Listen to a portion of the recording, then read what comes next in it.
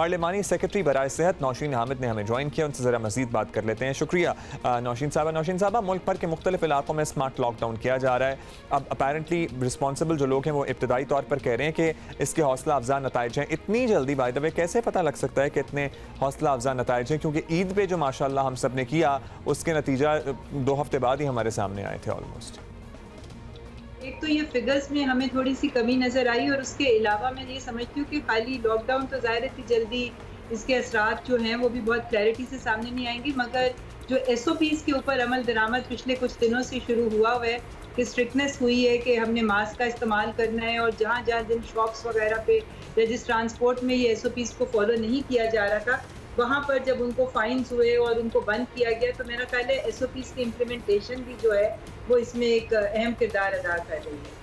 अच्छा जी, आप कह रही हैं कि SOPs पर फॉलो किया जा रहा है। वैसे कराची में आके पब्लिक ट्रांसपोर्ट पे आप देख लें, हार्डली आपको कोई SOP फॉलो होता हुआ नजर आएगा।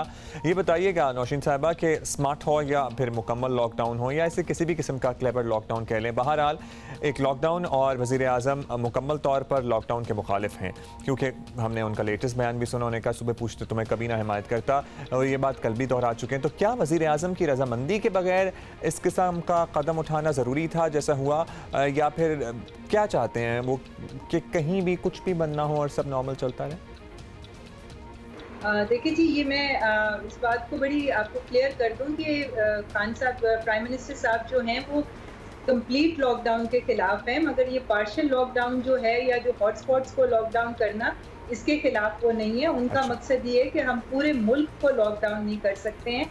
और ये अभी जो स्मार्ट लॉकडाउन हुआ है इसके बारे में मैं आपको बता दूं कि जो 92 हॉटस्पॉट्स हैं 20 सिटीज़ में जो आइडेंटिफाई किए गए हैं, यहाँ पर 40% ऑफ एक्टिव केसेस मौजूद हैं, मगर ये सिर्फ 3% ऑफ टोटल पॉपुलेशन को इफेक्ट कर रहा है। तो इस किस्म के लॉकडाउन को प्राइम मिनिस्टर साहब खुद उन मीटिंग्स में बैठते हैं और जो स्ट्रेटजीज बनती हैं ये उनके अप्रूवल से बनती है।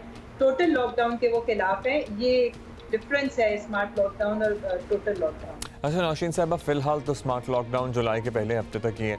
ज़ाहिर है कि टेस्टिंग बढ़ाई जाए तो पता चलेगा कि इससे कितना फ़ायदा हासिल हुआ है। तो फिर लॉकडाउन बतदरीज क्या ख़त्म किए जाएंगे, या फिर अभी इस हवाले से क्या कुछ सोचा नहीं किया है? पूरी सूरत हाल जुलाई के आखिर में जो एक्सपेक्ट किया जा रहा था 12 लाख मरीज़ों वाला अंदाज़ा भी सबके सामने है, और फिर बड़ी ईद भी है, तो कुछ स्ट्रैटेजी है?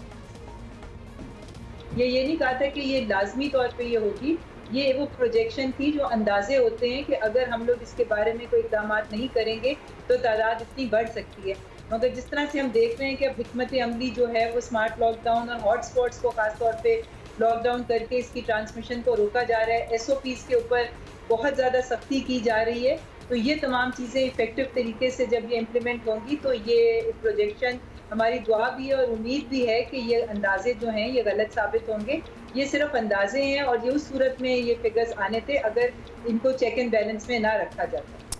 ठीक है, बहुत शुक्रिया आपका नौशीन हामिद साहबा। और एक बात जो हमने इससे पहले भी हाईलाइट की कि ज़्यादा से ज़्यादा टेस्टिंग होगी तो ही हमारे सामने असल हक़ाइक़ आएंगे, क्योंकि अभी भी कितने लोग हैं जो इनको सिम्टम हो रहे हैं और वो घर पे बैठे हैं, उन्हें पता लग गया है कि उनको कोरोना है, लेकिन वो टेस्ट कराने की ज़हमत नहीं कर रहे हैं। तो जो नंबर्स हमारे पास कन्फर्म्ड केसेस की सूरत में आ रहे हैं ना, इस पर बिल्कुल भरोसा ना करें। इससे कहीं बड़ी तादाद हो सकती है उन मरीज़ों की जो बगैर टेस्ट कराए अपने घर पर आइसोलेट हैं, या फिर उन्हें पता लग गया है कि वो कोरोना से नंबर्द आजमा हैं और वो अपने आप को अलग थलग करके बैठ गए हैं।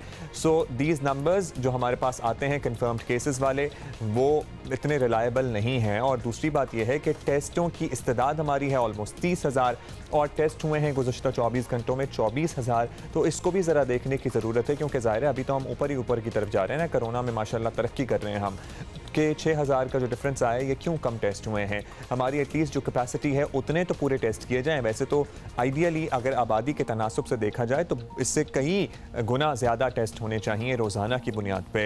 50,000 से एटलीस्ट ज़ायद टेस्ट होने चाहिए, तभी सूरत हाल जो है वो सही मानों में हमारे सामने आ सकेगी, लेकिन ऐसा नहीं हो रहा। और ये भी बताया जा रहा है कि अगर हम चाहें तो हम 50,000 टेस्ट कर सकते हैं रोज़ाना, लेकिन सिर्फ 24,000 टेस्ट होना is alarming. This needs to be looked into as well.